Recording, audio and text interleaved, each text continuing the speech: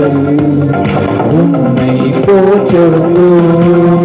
கர்த்தர் செய்த நன்மைக்காக நன்றி செலுத்த வந்தோம். நம்மை மறவா அவர் கிருபை எண்ணியே துதிக்க வந்தோம். கர்த்தர் செய்த நன்மைக்காக நன்றி செலுத்த வந்தோம். நம்மை மறவா அவர் கிருபை எண்ணியே துதிக்க வந்தோம். உடன்படிக்கை எனக்கு தந்து உங்களின் பிள்ளையாய் தெரிந்தெடுத்தீர். மரணத்தின் வேரில் நின்ற என்னை ஜீவனின் பாதையில் திருப்பி விட்டீர். உடன்படிக்கை எனக்கு தந்து உங்களின் பிள்ளையாய் தெரிந்தெடுத்தீர். மரணத்தின் வேரில் நின்ற என்னை ஜீவனின் பாதையில் திருப்பி விட்டீர். கர்த்தர் செய்த நன்மைக்காக நன்றி செலுத்த வந்தோம். நம்மை மறவா அவர் கிருபை எண்ணியே துதிக்க வந்தோம். கர்த்தர் செய்த நன்மைக்காக நன்றி செலுத்த வந்தோம். நம்மை மறவா அவர் கிருபை எண்ணியே துதிக்க வந்தோம். பாதைகள் என்னை சூழ்ந்தபோது சிட்டைகளாலே என்னை மறைத்தீர்.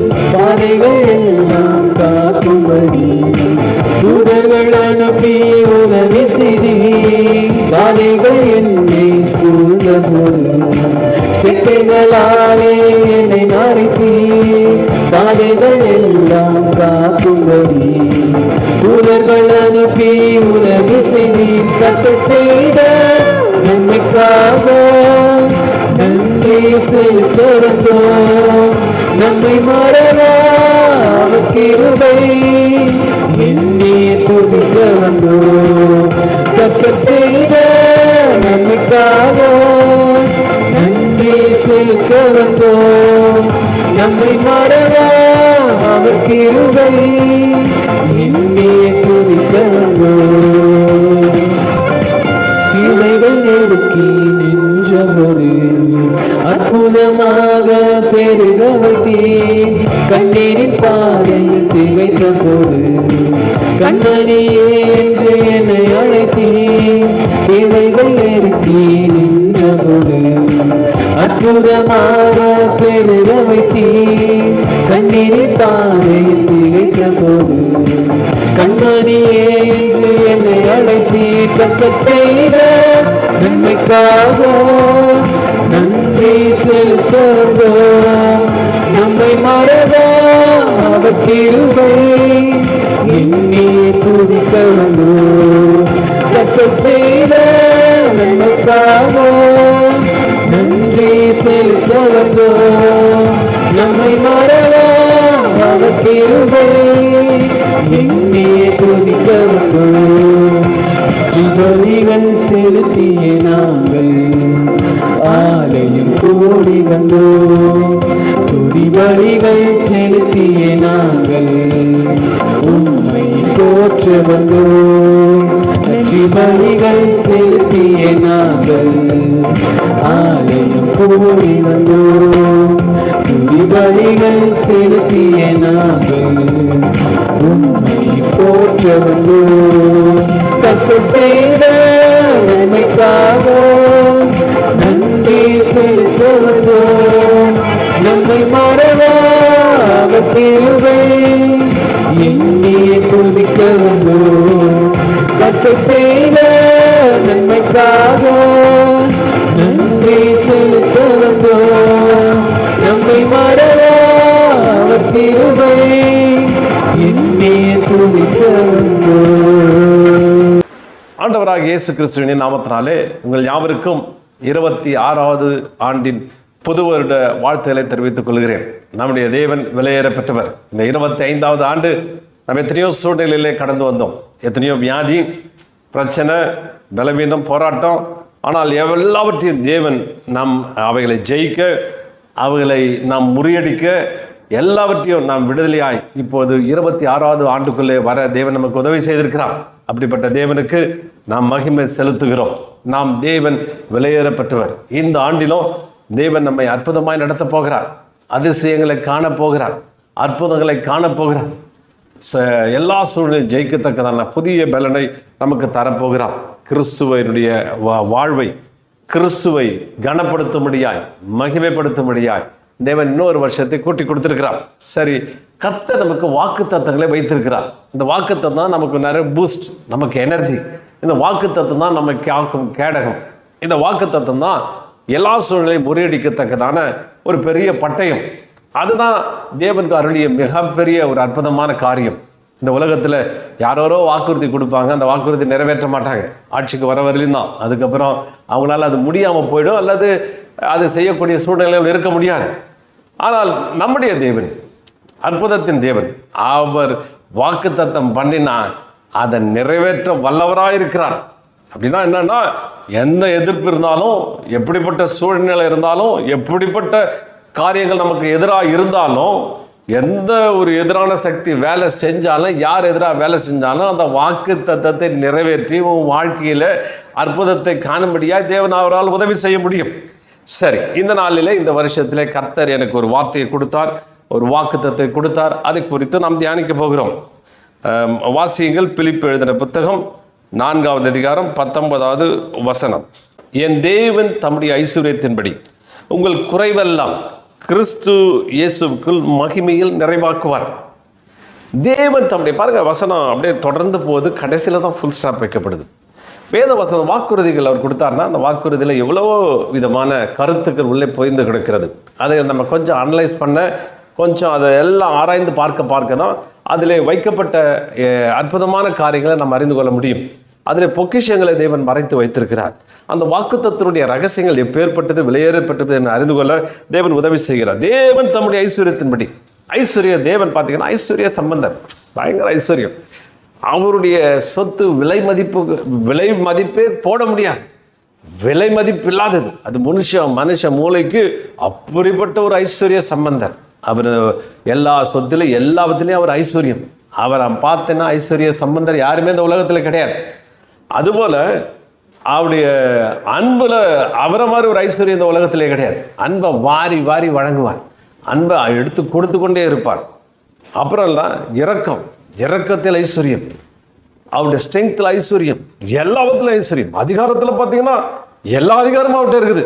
அவர்கிட்ட இல்லாத ஒரு அதிகாரமும் இந்த உலகத்தில் இல்லை. வேறுபட்ட அதிகாரம் எல்லாத்தையும் வைத்திருக்கிறார். அவ்வளவு ஐஸ்வர்யம் உள்ளவர். தம்முடைய ஐஸ்வர்யத்தை அங்கேருந்து எடுத்து கொடுக்க போகிறார். அதனால் அவருக்கு பற்றாக்குறையே வராது. எல்லாம் நிறைவு, பர்ஃபெக்ஷன், கணக்கிட முடியாதது, யோசிக்க முடியாது, மனுஷ மூளைக்கு அப்பாற்பட்ட விதத்தில் இருக்குது. அந்த குறைவெல்லாம் என்ன பண்ணுறார், அது அவர் என்ன செய்கிறார், அந்த ஐஸ்வர்யத்தின்படி, அப்பா எல்லாம் வச்சுருக்கேன்ப்பா, அந்த ஐஸ்வர்யத்தின்படி உங்கள் குறைவு எல்லாம், உங்கள் குறைவுகள் எல்லாத்தையும், நீங்கள் என்னென்ன குறைவு பட்டிருக்கிறீங்களோ, எப்படிப்பட்ட குறையாக இருக்கலாம். ஐயா சில பேர் சொல்கிறாங்க, ஐயா கடவுள் என் குறையை தீர்த்து வைப்பார். இல்லை, அவரால் தீர்க்க முடியாது எந்த குறையும் கிடையாது. எப்பேற்பட்ட குறையும் அவர் நிறைவாக்குவார்.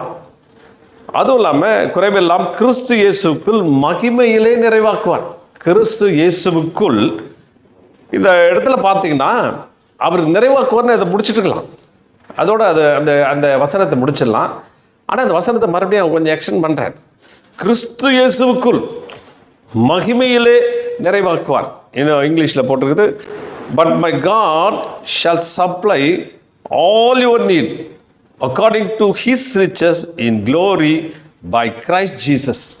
அதாவது இயேசு கிறிஸ்துவுக்குள் அவருடைய ஐஸ்வர்யத்தை கொண்டு வந்து, இயேசு through Jesus Christ according to the, அதாவது அந்த ரிச்சஸ் படி அந்த இயேசு கிறிஸ்துவுக்குள்ள கொண்டு வந்து உங்களை என்ன செய்வாராம், மகிமையிலே நிறைவாக்குவார். இன்னொரு வேர்டு அங்கே பண்ண, இயேசு நிறைவாக்குவார்னு போட்டிருந்தா அது ஒரு மாதிரி அர்த்தம் வந்திருக்கும்.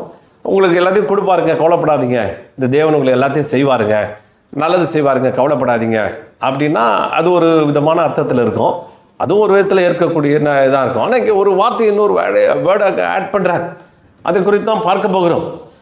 மகிமையிலே கிறிஸ்து இயேசுக்குள் மகிமையிலே, கிறிஸ்து இயேசுக்குள்ள ஒரு மகிமை இருக்குது.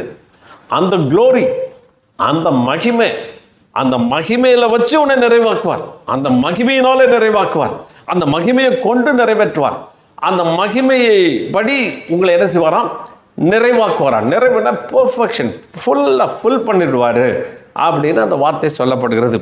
க்ளோரி அப்படின்ற வார்த்தை நம்ம தியானிக்க போகிறோம். எப்படி அந்த க்ளோரியில் நாம் நிறைவாக்கப்படுகிறோம் என்பதை குறித்து நாம் வாசிக்க போகிறோம். இந்த க்ளோரி மகிமை அப்படின்னா அதுக்கு என்ன ஒரு அர்த்தம் அப்படின்னா வருதுன்னா, கடவுளின் மகிமை என்பது அவருடைய உள்ளார்ந்த எல்லையற்ற மகத்துவம், மதிப்பு மற்றும் தெய்வீக பேரொளி ஆகும். இது அவருடைய பரிபூர்ண பண்புகள், பரிசுத்தம் மற்றும் வல்லமை அனைத்தையும் உள்ளடக்கியது. கடவுளின் மகிமை என்பது அவருடைய உள்ளார்ந்த எல்லையற்ற மகத்துவம்.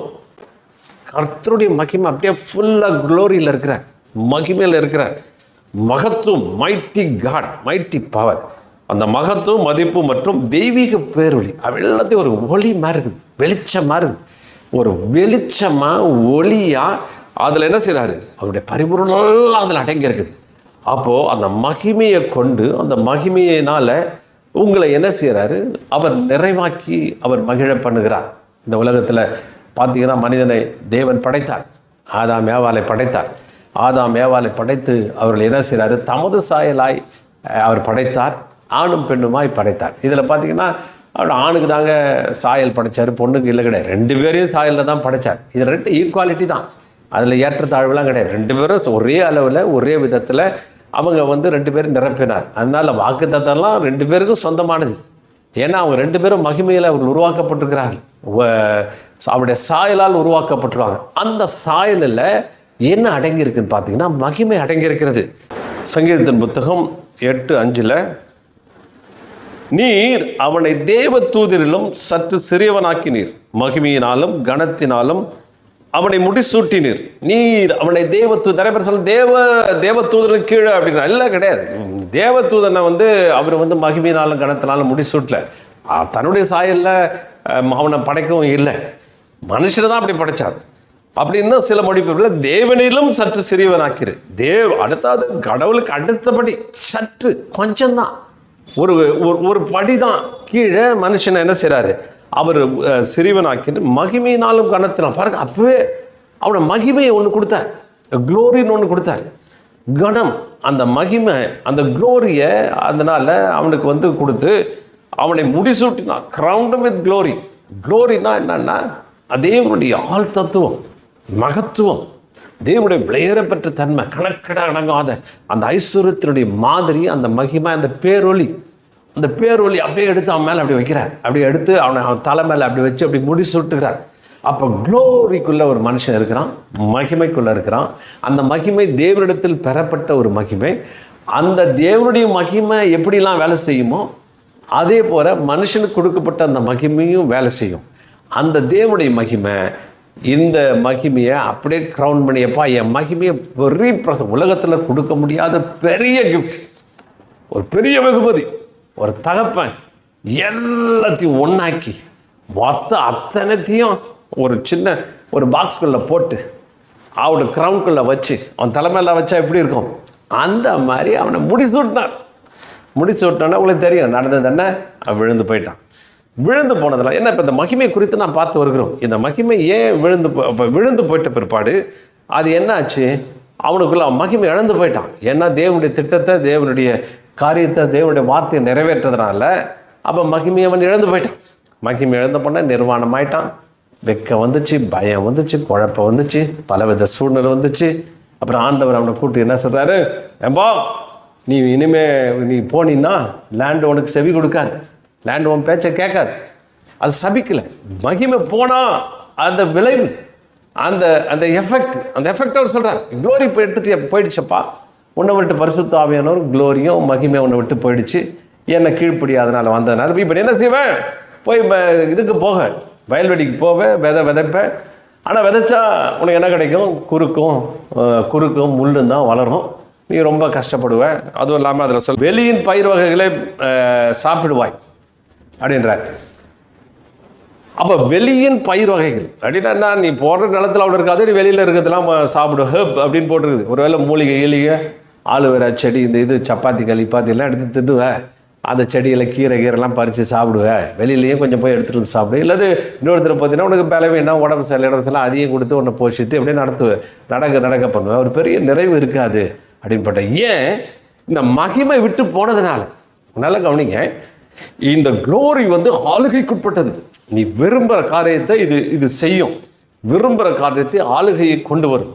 அது அது க்ளோரியில் நிரம்பி நீ எதை செஞ்சாலும் உனக்கு நிறைவாக கிடைக்கும், எல்லாம் நீ விரும்பியபடி கிடைக்கும். பூமி உன் ஆளுகைக்குள்ளே இருக்கும். இந்த மகிமை தான் என்ன செய்யுது? பூமியை கண்ட்ரோல் பண்ணுது. ஹல்லேலூயா, ஸ்தோத்திரம். நல்லா கவனிங்க, இந்த மகிமை, இந்த தேவன் தன்னுடைய அவருடைய மகத்துவ வல்லமை என்னது? எல்லாத்தையும் கண்ட்ரோல் பண்ணுறது, ஆளுகை செய்கிறது, கண்ட்ரோலில் கொண்டு வர்றது. இந்த க்ளோரி அப்படியே கொண்டு வந்து வச்சுட்டார். அவருடைய க்ளோரி அது, அவருடைய கோலை இவன் பெற்றுக்கிறதுனால, அந்த ஸ்தானத்து கடவுளுடைய ஸ்தானத்தில் இருந்தனால பூமி அப்படியே எல்லாம் இவன் பேச்சை கேட்கும். இதை விதைச்சான்னா அதுதான் விதையும், இதை விதைச்சாதான் அது வளரும், அதுதான் நடக்கும் அப்படின்னு சொல்லி அந்த க்ளோரியை அவனுக்குள்ள அவர் கொடுத்தார். இப்போ என்ன செய்யுது? க்ளோரி போனதுனால இன்னும் பாருங்க, இந்த முறுக்கு ஏற்கனவே அவர் சொல்லிட்டார், இந்த உலகத்தில் சகல பூண்டுகள் சகல விதைகள் எல்லாத்தையும் வச்சு கூடவே லேண்டுக்குள்ளே வச்சுட்டார், புதைச்சிட்டார், எல்லா காரியத்தையும் புதைச்சிட்டார். அதாவது உன் லேண்டுக்குள்ளே இந்த க்ளோரி என்ன பண்ணுன்னு சொல்கிறேன். அந்த லேண்டுக்குள்ளே ஒரு வேளை நீங்கள் கோதுமை வச்சுருக்கீங்கன்னு வச்சுங்க, உங்கள் லேண்டுக்குள்ளே கோதுமை செடி இருக்குது. அந்த கோதுமை செடி இருக்கிற லேண்டில் புல்லும் இருக்குது, முள்ளும் இருக்குது, குறுக்கு இருக்குது, நெடுக்கு எல்லாமே இருக்குது. உள்ள எல்லா விதைகளும் உள்ளே வச்சிட்டார். இவன் விழுந்து போனதுனால இதை படைக்கலை, விழுறதுக்கு முன்னாடி எல்லாத்தையும் படைச்சிட்டார். எல்லாத்தையும் படைச்சு பூமிக்குள்ளே உள்ள நெல்லை எல்லாத்தையும் பூமிக்குள்ளே புதைச்சி வச்சுட்டார். இப்போ ஒரு மனுஷன் ஆண்டவர்கிட்ட விழாமல் மகிமையோடு கூட அவன் இந்த இடத்துல போயிட்டு நெல் விதைச்சான்னு வச்சுங்க, நெல்லை விதைச்சான்னா அது நெல் மட்டும்தான் வளரும், முள்ளும் குறுக்கும் வளராது. ஏன்னா இவன் க்ளோரிக்குள்ளே இருக்கிறான். இந்த பூமி அவன் பேச்சை கேட்டே ஆகணும். பூமிக்கிட்ட இந்த நெல் தாயா வளரணும், இந்த முள்ளுகளெல்லாம் வளரக்கூடாது, எந்த இதுவும் புல் பூண்டெல்லாம் வளரக்கூடாது, எந்த புல்லும் வளரக்கூடாது, களைலாம் வளரக்கூடாது அப்படின்னு அவன் கட்டளை இட்டு அவன் பண்ணான்னா அந்த கோதுமை தான் வளரும். அது பேச்சு கேட்கும் பூமி, ஏன்னா எதுவுமே வளராது. இப்போ என்ன செய்கிறாரு? ஆண்டவருடைய க்ளோரி அப்படியே இவனை விட்டு போனதுனால பூமியும் பேச்சை கேட்காது. ஹல்லேலூயா. பூமி ஆனால் நம்ம பண்ண எல்லாமே வளருது. இவன் போய் விதைக்கிறான், விதைச்ச ஆதாமுடைய கதை முன்னாடி விதைப்பான், அப்படியே அவன் நினச்சதான் வளரும், அவன் விரும்புகிறதான் வளரும். பூச்சியும் அழிக்காது, புழுவும் அழிக்காது, எதுவுமே அழிக்காது, வளர்ந்து அறுவடை கொண்டு வந்துடுவான். இப்போ நிலைமை மாறிடுச்சு. ஏன்? க்ளோரி ஆப்சென்ட் ஆகிடுச்சு. க்ளோரி இல்லை. க்ளோரி இல்லாதல விதைச்சான்னா கூட எல்லாமே வளருது, புல்லும் வளருது, குறுக்கும் வளருது, எல்லாம் வளருது, என்னென்னமோ கலைகள்லாம் வளருது. இது ஒரு அடி நெல் வளர்றதுக்குள்ள புல் 1.5 அடி வளருது. அவன் போட்டு அறுத்து என்ன பண்ணுறதுனே புரியல, வருத்தம் பார்த்தாக்க புல்லாக்க எப்படா போடுங்கிறது. ஐயோ, நிறைய குடியாரர்கள் போட்டு சொல்லுவாங்க, எல்லாத்தையும் எடுத்து தூக்கி போட்டாக்க திரும்ப அது வளர்ந்துக்கிட்டே இருக்குது, என்ன பண்ணுறதுனே தெரியல அப்படின்னு சொல்லிட்டு களை எடுக்கிறது ஒரு பயங்கரமான வேலை. அதில் வருத்தம் அடைஞ்சு வேண்டிய பலனை அது கொடுக்க மாட்டேங்குது. அதனால் வெளியின் பயிர்வயல் வேறு ஏதாவது அட்ஜஸ்ட் பண்ணி தன்னுடைய வாழ்க்கையை நடத்த வேண்டிய ஒரு சூழ்நிலைகளை கொண்டு போய் விடுகிறான். இதுதான் இங்கே சொல்லப்படுகிறது. இதுதான் இங்கே ஆண்டவர் அங்கே சொல்லுகிறார். அங்கே அந்த காரியங்களை அவர் சொல்லி தருகிறார். எப்போ மகிமை போயிடுச்சு, இந்த க்ளோரி ஒன்று விட்டு போயிடுச்சு. போனதுனால உன் பேச்சை இந்த பூமி கேட்காது, அது இஷ்டத்துக்கு இது பண்ணும். ஆனால் உன் பிரயாசம் எவ்வளோ கஷ்டப்படுறியோ அதில் ஒரு பிரயாசத்தில் ஒரு பகுதியை பெற்றுக்கொள்வேன் அப்படின்னு சொல்லி அங்கே சொல்கிறார். பாருங்கள், இந்த மகிமை என்பது மகத்துவ வல்லமை, அவருடைய பண்பு, அவருடைய ஆளுகைத்தன்மை, அவர் செய்கிற அந்த அழகான அந்த மகத்துவம், அந்த அழகு, அந்த நேர்த்தி, அந்த ஆர்டர் எல்லாமே அவர் தருகிற ஒரு காரியம். இப்போ சரி, இப்படி மகிமை போனதுனால வாழ்க்கையில் இருள் வந்துடுச்சு. இருள் பல பிரச்சனைகளை கொண்டு வந்துச்சு. பிசாசு ஆளுக்கு எடுத்துக்கிட்டான், அவன் கண்ட்ரோல் எடுத்துக்கிட்டான். அவன் மனுஷனுடைய மனு வர்க்கத்தை அழித்து ஒன்றுமில்லாமல் ஆக்கி பல சூழ்நிலைகளை கொண்டு போனான். இப்போ நம்ம திரும்பி இன்னொரு காரியத்தை பார்க்க போகிறோம். இது என்னென்னா, ஆபிரகாமை குறித்து பார்க்கிறோம்.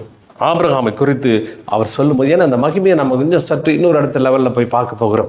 இந்த ஆபிரகாமை குறித்து வேதாகமம் சொல்கிறது. அப்போஸ்தலர் நடவடிக்கையில் 7வது அதிகாரம் 2-3 வசனங்கள். அதற்கு அவன், சகோதரரே, பிதாக்களே கேளுங்கள். நம்முடைய பிதாவாகிய ஆபிரகாம் காரானூரிலே குடியிருக்கிற பொழுது, முன்னே மெசபொத்தோமியா நாட்டிலே இருக்கும் பொழுது, மகிமையின் தேவன் அவனுக்கு தரிசனமாகி, நீ உன் தேசத்தையும் உன் இனத்தையும் விட்டு புறப்பட்டு போ, நான் உனக்கு காண்பிக்கும் தேசத்துக்கு வா என்றார். பாருங்க, இப்போ ஆபிரகாம் காரானூரில் குடியிருக்கிறான். நம்முடைய பிதாவாகிய அங்கே ஸ்தேவான் இந்த காரியங்களை சொல்லி கொண்டு வருகிறான். காரானூர் வரும்போது, அங்கே குடியிருக்கும் போது, மெசபொத்தேமியா நாட்டில் இருக்கும்பொழுது மகிமையின் தேவன், பாருங்க, இப்போ திருப்பி தேவன் அவனுக்கு தரிசனமாகின்னு போட்டால் சொன்னால் அது ஒரு வித்தியாசமாக இருக்கும்.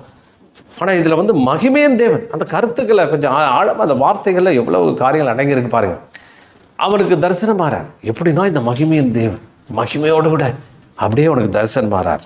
அவர் சொல்கிறாரு, நீ வந்து உன் தேசத்தையும் உன் இனத்தையும் விட்டு புறப்பட்டு நான் காமிக்கிற ஒரு தேசம், நான் காமிக்கிற தேசத்துக்கு வாப்பா, உன் சந்ததிக்கு தரப்போகிறேன் அப்படின்னு சொல்கிறார்.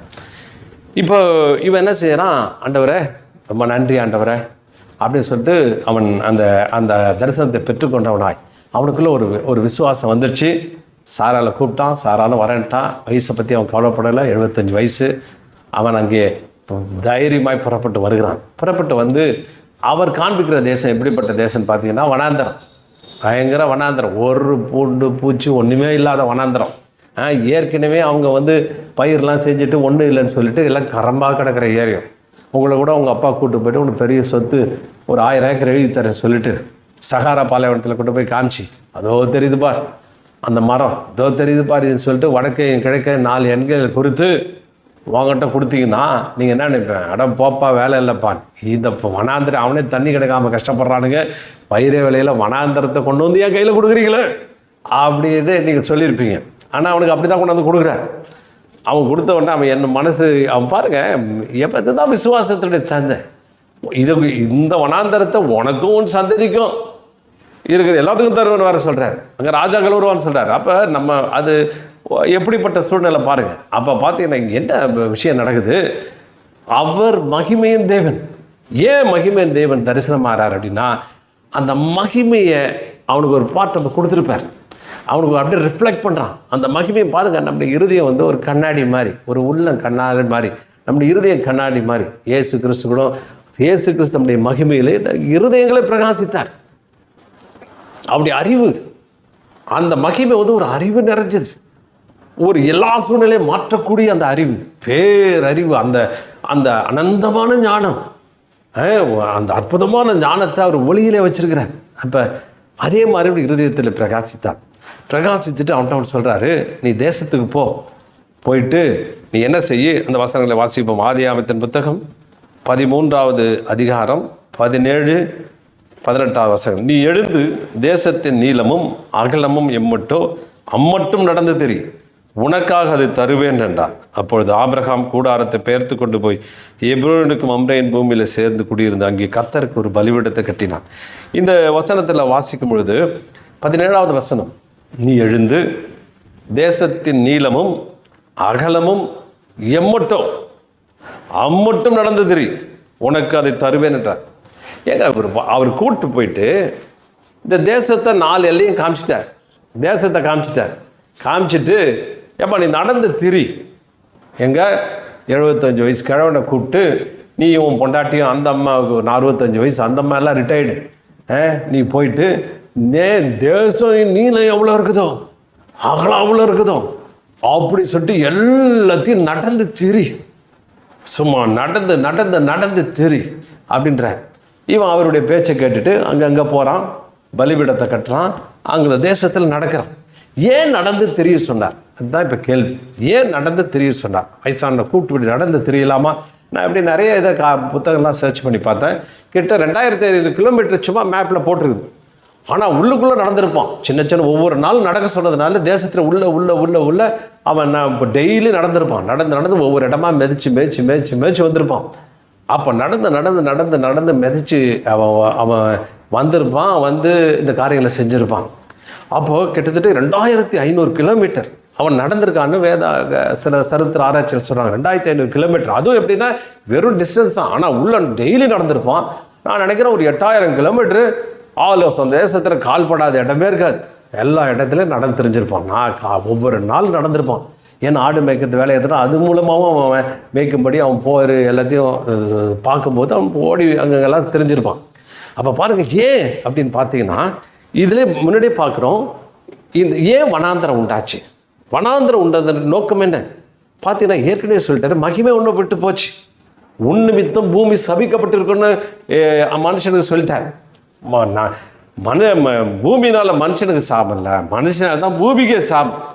அப்போ இந்த தேவனுக்கு கீழ்ப்படியாத ஆட்கள், மகிமை இழந்த ஆட்கள், தேவனுக்கு விரோதமாய் பாவத்தை செய்த ஆட்கள் மூலியமாய் அங்கே நடந்து அவங்க தெரிஞ்சதுனால நல்லா விளைஞ்ச பூமியெலாம் கூட முள்ளு குறுக்கு கூட வைக்க முடியாதபடி ஒரு பாலைவனமாக ஆயிடுச்சு, ஒரு சோலைவனமாக ஒன்றும் இல்லாமல் ஆகிப்போச்சு, ஒன்றுத்துக்கு யூஸ் இல்லாமல் போச்சு, விதைச்சா எவனுக்கு கிடைக்காத மாதிரி மாறி போச்சு, எல்லாம் பாலைவனமாக ஆயிடுச்சு. இப்போ அதை மறுபடியும் செழிப்பாக்கணும். ஏன்னா அந்த சந்ததிக்கு அவங்க இந்த சந்ததிக்கு கொடுக்கணும், தேவனுடைய பிள்ளைகளுக்கு அந்த தேசத்தை சொந்தமாக்கணும் அப்படின்னு சொல்லி அதுக்கு ஒரு ஆளை செலக்ட் பண்ணுறாரு.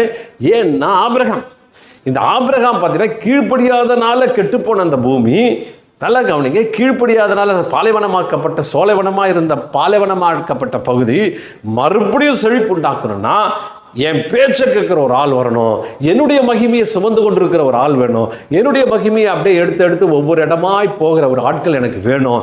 ஏன்னா இவன் நிமித்தம் இந்த பாலைவனம் சோலைவனமாய் செழிப்புள்ள இடமாய், உலகத்திலே செழிப்புள்ள இடமாய் இதை மாற்ற வேண்டும் என்று தேவன் எண்ணம் கொண்டபடினால அந்த ஆபிரகாமுக்கு அவர் தரிசனமாகும் போது என்ன செஞ்சாரு, மகிமையின் தேவனாய் தரிசனமானார். இந்த மகிமையின் தேவன் தரிசனான உடனே அந்த மகிமையை அவன் பெற்றுக்கொள்கிறான். பாருங்கள், இப்போ now is carrying the glory of God.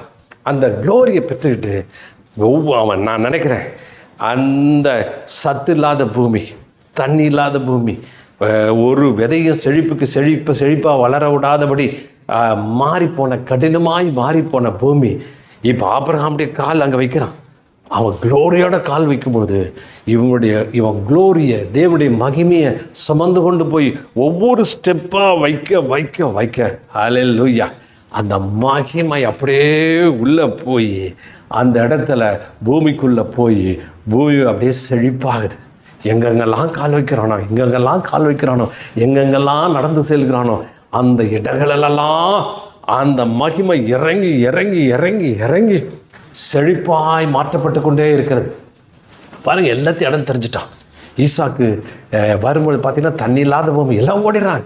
ஆனால் ஈசாக்கு விதைச்சா 100 மடங்கு. ஹல்லேலூயா, ஈசாக்கு விதைக்கிறான், 100% 100 எடுக்கிறான். காரணம், ஏற்கனவே ஆபிரகாம் நடந்து சென்ற பூமி. ஆமென். அப்போ செழிப்பை, மகிமையை உள்ள டச் பண்ணதுனால பூமி அப்படியே அற்புதமாக செழிப்பான நிலமாய் எல்லாம் மாறி இருக்குது. தண்ணியே இல்லை, யார் தோண்டினாலும் தண்ணி இல்லை. ஆனால் அந்த வாக்கு தத்தத்தின் பிள்ளையாகிய ஈசாக்கு போய் கால் வைக்கும் போது அங்கே தண்ணி புறப்பட்டு வருகிறது, அங்கே ஆழங்கள் திறக்கப்படுகிறது, செழிப்பு உண்டாகிறது. விதைச்சா 100 மடங்கு பலன் தருகிற அளவு செழிப்பான பூமியாய் அது மாற்றப்படுகிறது. ஹல்லேலூயா. பாருங்க, சுத்தமாக அப்படி மாற்றி விட்டுட்டார். என்ன ஒரு அற்புதம்! காரணம் என்ன? அந்த க்ளோரி, அந்த மகிமை, இழந்து போன மனிதன் ஆதாம் இழந்து போன மகிமையை அந்த சாம்பிளாக ஆபிரகாமுக்கு கொடுக்குறாரு.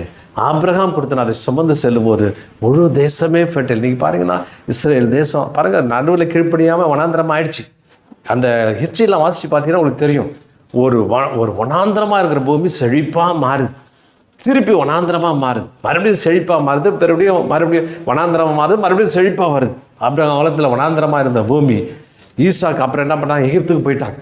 எகிப்துக்கு போயிட்டோன்னே நல்ல பலசாலியான அந்த கானானிகளை வைத்து அங்கே நிலம் பயிரிடப்படுகிறது. செழிப்புனா செழிப்பு. அப்படி அவன் என்ன பண்ணான், பாறையை ஒட்டச்சு கிட்டச்சு எல்லாத்தையும் ரெடி பண்ணி போட்டு தண்ணியை வர வச்சு, பெரிய துறவெல்லாம் தோண்டி தண்ணியை வர வச்சு, ஒரு திராட்சை கொலையை 2 பேர் தூக்குற அளவு ஒரு செழிப்பான இடமா மாறிடுச்சு. வேற ஆளை வச்சு செய்கிறார். அது கூட பாருங்க, ஆண்டவர் வேற ஆளை வச்சு எல்லா வேலையும் செய்ய வச்சு பலசாலி ஏற்படுத்தி செய்யுங்கடா, என் பிள்ளைங்க வர அவங்களுக்குலாம் கொடுக்கணும். அதனால தான் சொல்கிறாரு, நீ வெட்டாத கிணற நீரூற்றெல்லாம் உனக்கு தருவேன், நீ கட்டாத அரண்மனையை நான் உனக்கு ஏற்கனவே கட்டி வச்சுருக்கேன்பா, நீ போ. ஆனால் தேசத்தை போகும்போது எல்லாத்தையும் செழிப்பாக்குவேன். அது பாலும் தேனும் ஓடுகிற ஒரு இடமாய் மாற்றப்படும். ஏன்? ஆபிரகாம் வார்த்தையை ஏற்றுக்கொண்டு, தேவனுடைய வார்த்தையை ஏற்றுக்கொண்டு, தேவனுடைய மகிமையை சுமந்து சென்றதுனால அவன் கால் வச்ச தேசத்தை அவ்வளவு செழிப்பாக்கி கொடுத்து அதை ஒரு பெரிய காரியமாய் மாற்றினார். பிற்பாடு இந்த ஜனங்க கெட்டு போன போது அதெல்லாம் அழிக்கப்பட்டது, அதெல்லாம் மறுபடியும் வனாந்தரமாக மாறிப்போச்சு. திரும்ப இந்த இஸ்ரவேல் சந்ததி உள்ளே வரும்பொழுது, மனம் திரும்பி வரும்பொழுது தேவன் இப்பொழுது அந்த பெரிய செழிப்பாக்கி கொண்டிருக்கிறார். அக்ரிகல்ச்சரில் ரொம்ப பெரிய ரெக்கார்ட் ஹோல்டர்ஸ் இவங்க தான். பெரிய பெரிய புடலங்காலேருந்து எல்லாத்துலேயும் விளை வச்சு அதிக மகசூலை எட்டுவது இன்னைக்கு இஸ்ரவேல் தேசம். காரணம் என்ன? ஆபிரகாம் அந்த மகிமையை சுமந்து கொண்டு நடந்த இடம். பாருங்க, அதே ஆசீர்வாதத்தை தேவன் உங்களுக்கு தரும்படியாய் வருகிறார். அதே ஆசீர்வாதத்தை கிறிஸ்து இயேசுக்குள்ளாய் உங்களுக்கு தருகிறவராய் வருகிறார். என்ன தருகிறார்? மகிமையை தருகிறார். தி க்ளோரி. சோத்திரம். நிறைய பையன் சொல்லுவான், அப்பா என்னடா டிவி கெட்டு போச்சுன்னு. இல்லைப்பா, இப்படி கையை தான்ப்பா வச்சேன். என்னடா கையை வச்சு இப்படி ஆச்சு? அப்படி புல் அப்படி கையை வச்சுன்னு டிவி ரிப்பேர் ஆகிடுது. போய் பைக் எடுத்தா அப்படி காலை தான்ப்பா உதைச்சேன், ரிப்பேர் ஆகிடுச்சு. என்னடா எதை கையை வச்சாலும் எல்லாம் ரிப்பேர் ஆகுதாடா, எதை கையை வச்சாலும் எப்படி ஆகுது? நம்ம ஆட்களை கேட்டால் போதும். எந்த பிஸ்னஸ் போனாலும் தோல்வி, இது தோல்வி, அது தோல்வி, இது தோல்வி. எங்கே போனாலும் ஆர்கனைசேஷன் எல்லாம் இதாக போகுது. ஒரு பையனுக்கு நான் ஒரு பையன் கேட்டால் எனக்கு ஒரு வேலை பார்த்து கொடுங்க சார்னா. சரிடா நான் கொடுக்குறேன் அப்படின்னு சொல்லிட்டு நமக்கு தெரிஞ்ச ஃப்ரெண்டுகிட்ட பேசுகிறேன். இது மாதிரி நல்ல பையன், நல்ல திறமைசாலியான பையன், அவனுக்கு வேலையை கொடுங்க அப்படின்னேன். அப்போ அவர் சொன்னார், சரி நான் தரேன், நீங்கள் சொல்கிறதுக்காக போட்டு தரேன்னார். அப்புறம் எனக்கு சந்தோஷமாக எனக்கு ஃபோன் அடிச்சு, ஏன்பா தம்பி உனக்கு ஒரு வேலையை ரெடி பண்ணி வச்சுருக்கேன், அங்கே போய் சேர்றியான்னு கேட்டேன். அவன் சொன்னால் உங்களுக்கு தெரிஞ்ச ஃப்ரெண்டானா? ஆமாண்ணா. வேணாம் சார் அப்படின்னா. ஏன்பா அப்படின்னு? இல்லை சார் உங்கள் ஃப்ரெண்டாக இருக்கிறதுனால நல்லதுக்கு தான் வேணான்னு சொல்கிறேன். ஏன்பா வேலை கொடுக்குறாரு நீ என்ன பண்ண? இல்லையா, நான் எங்கே போனாலும் என் ராசி அவங்க ஒன்றும் இல்லாமல் போயிடுவாங்க, திவால் ஆகிடுவாங்க, அவங்க பிரச்சனைக்குள்ளே போயிடுவாங்க. அது சொன்னால் அதெல்லாம் ஒன்றும் இல்லைப்பா, நீ ஏன்ப்பா இப்படி யோசிக்கிறேன்னு சொல்லிட்டு அவனை சேர்த்து விட்டேன். பாருங்கள், 6 மாதத்தில் அவன் சொன்ன மாதிரியே அவன் பணம்லாம் திவால் ஆகி கம்பெனி க்ளோஸ் பண்ணுற நிலைமை அவனை போலீஸ் தேடிச்சு. அவன் எங்கேயோ ஓடி போய் மறைஞ்சிக்கிட்டான். அவன் ஃபோன் பண்ணி சொன்னான், அப்போயே சொன்னேன் இல்லை சார், அப்பயே சொன்னேன் இல்லைங்களா, உங்கள் தெரிஞ்ச ஃப்ரெண்டுக்கிட்ட விடாதீங்கன்னு சொன்னீங்க இல்லையா, அதான் என்னுடைய ராசி அப்படின்ட்டா. ராசி இல்லை பாருங்க, நிறைய பேர் இப்படி தான். நல்லா இருக்கிற பிஸ்னஸ் போயிடுது, எதை கையை வச்சாலும் ஒன்றும் இல்லாமல் போகுது, எதை கையை வச்சாலும் ஒன்றும் வாய்க்காமல் போகுது, எதுவும் சரியாக வரல, செழிப்பு வரல, எப்போ பார்த்தாலும் போல் தான். நாம் போனால் வேலை செய்கிறது எவ்வளோ பிரச்சனை, அதில் பிரச்சனை, இங்கே பிரச்சனை, வேலையில் பிரச்சனை, எந்த கம்பெனிக்கு போனாலும் கம்பெனி பிரச்சனை. சில பேர் போனால் கம்பெனி இழுத்து மூடிடுறான். அவங்க நம்ம ராசிடுறாங்க. நான் இது வேதம் அப்படி தான் சொல்லுது, அது ஒரு சாபத்தினுடைய அறிகுறி. அப்போ எங்கே போனாலும் நஷ்டம் நஷ்டம் நஷ்டம்னு உட்காந்துருக்கீங்களா? இந்த வருஷத்தில் நான் சொல்லுகிறேன், தேவ மகிமை உங்கள் மேல் இறங்க போகிறது. அந்த மகிமை மேல் உங்களை கிரவுன் பண்ண போகிறார். அது எப்படி? நான் இயேசு கிறிஸ்துக்குள்ளாக. இயேசு குறித்து யோவான் ஸ்நானன் சொல்கிறான், இதோ மகிமையை கண்டேன், அது பிதாவின் மகிமைக்கு ஏற்றதாக இருந்தது. இயேசு தம்முடைய மகிமையினாலே நிறைந்திருக்கிறார். அந்த மகிமை அல்லேலூயா இந்த வருஷத்தில் உங்களை நிரப்ப போகிறது. அந்த மகிமையை கேட்டு பெற்றுக்கொள்ளுங்க. நீ யார் கை வச்சாலும் கெட்டு போகிற விஷயம், நீ கை வச்சா அதை நல்லா வரணும். எந்த பிஸ்னஸ் தோல்வி, எத்தனை பேர் தோல்வி அடைஞ்சிச்சுங்க, இனி முன்னேற முடியாதுங்க அப்படின்னு முடிவு கட்டின இதில் நீ கையை வச்சா அது அற்புதமாக வரும், அதிசயமாக வரும். நீ செய்ய போகிற நீ ஒவ்வொரு கையிட்டு செய்கிற வேலையெல்லாம் ஆசீர்வாதத்தை கட்டளையிடுவார். எப்படி? கிறிஸ்துவினுடைய மகிமை. இந்த மகிமை நமக்குள்ளே வரும் பொழுது, இந்த மகிமை நமக்குள்ளே தங்கும் பொழுது, கிறிஸ்துடைய மகிமை நம்மை ஆட்கொள்ளும் பொழுது, அந்த கிறிஸ்து இயேசு கொண்டிய அந்த ஐஸ்வர்யம், அது பிதாவிடத்தில் பெற்றுக்கொண்ட அந்த ஐஸ்வர்யம் நம்மளை நடத்துகிறது. நாம் போகிற இடமெல்லாம் ஒரு பெரிய மாறுதலை காணுகிறோம், செழிப்பை காணுகிறோம், விடுதலை காணுகிறோம். நாம் ஒரு பெரிய ஆளுகைத்தன்மையுடையவர்களாய் தேவன் மாற்றி நம்மை ஆசீர்வதிக்கிறார். இந்த வருஷத்தில் எப்படி இருக்குமோ, என்ன ஆகுமோ அப்படின்னு பயந்துட்டீங்களா? இல்லை, வாக்குத்தத்தமாய் கிறிஸ்து இயேசுடைய மகிமை, அந்த மகிமை ஆபிரகாம் மூலமாய் பெற்றுக்கொண்ட மகிமை, நீ எந்த இடத்துல கால் வைக்கிறியோ அல்லேலூயா அந்த இடத்துல தருவேன் என்று சொன்னவர் உனக்கு அதை ஆசீர்வாதமாய் தருவார். உன்னை அற்புதமாய் அதிசயங்களை காணப்பண்ணுவார், ஆசீர்வாதங்களை காணப்பண்ணுவார், விடுதலையை காணப்படும். இயேசு பாருங்க, மகிமையான நிறைஞ்சு எந்த வீட்டுக்கு போனாலும் அங்கே விடுதலை, எங்கே போனாலும் பரிபூர்ண விடுதலை கட்டளையிடுகிறார். எந்த வீட்டுக்கு போனாலும் சமாதானம் உண்டாகிறது, சந்தோஷம் உண்டாகிறது, பேரின்பம் உண்டாகிறது, பரவசம் உண்டாகிறது, பிரமிப்பு உண்டாகிறது. அல்லேலூயா பேதுரு வாழ்க்கையில் பார்க்குறோம், கடலில் மீனே இல்லை, தோண்டி தோண்டி ஒரு சின்ன மீன் கொஞ்சம் கூட கிடைக்கல. இயேசு படகுல சொன்ன பிற்பாடு போட்டா அவ்வளவு திரளான மீட்கள். காரணம் என்ன? அவர் மகிமையிலே நிறைந்திருந்தார். அப்பேற்பட்ட மகிமை உனக்கு தரப்போகிறார். அந்த மகிமை விசுவாசிங்க. தேவ மகிமை எனக்குள்ளே இருக்கிறது. இந்த கிறிஸ்துவின் மகிமை என்னுடைய குறைவெல்லாம் நிறைவேற்ற போகிறது. அதெல்லாம் நிறைவேற்ற போகிறதில்லை. இந்த மகிமையை நான் சுமந்து செல்ல போகிறேன். இந்த புதிய வருஷத்தில் எங்கெங்கெல்லாம் எதெல்லாம் தோல்வி கண்ட இடம்லாம் ஜெயத்தை காணப்படுகிறேன். பலவீனத்தில் இருந்தெல்லாம் நான் பலன் கொள்ள போகிறேன். சூழ்நிலை எந்ததெல்லாம் எனக்கு எதிராக அந்த சூழ்நிலையெல்லாம் உடைச்சி நான் தேவனுக்கு நேராய் வெற்றி காண போகிறேன். இந்த மகிமை என்னை ஆளுகைத்தன்மையை கொடுக்க போகிறது, விடுதலையும் தரப்போகிறது. எல்லாம் எனக்கு மாத்திரமல்ல, இந்த பூமியின் ஜனங்கள் கண்டு ஆச்சரியப்படுவதோடு மாற்றப் போகிறது என்று சொல்லி உங்களை ஆண்டவர் இந்த நாளிலே உங்களை அற்புதங்களை காண பண்ணுவாராக. மகிமை, தேவ மகிமை உங்களுக்குள்ளே இறங்குறது. உங்களை ஆசீர்வதிப்பாராக, உங்களை பலப்படுத்துவாராக. இயேசுவின் நாமத்தில் ஆமென்.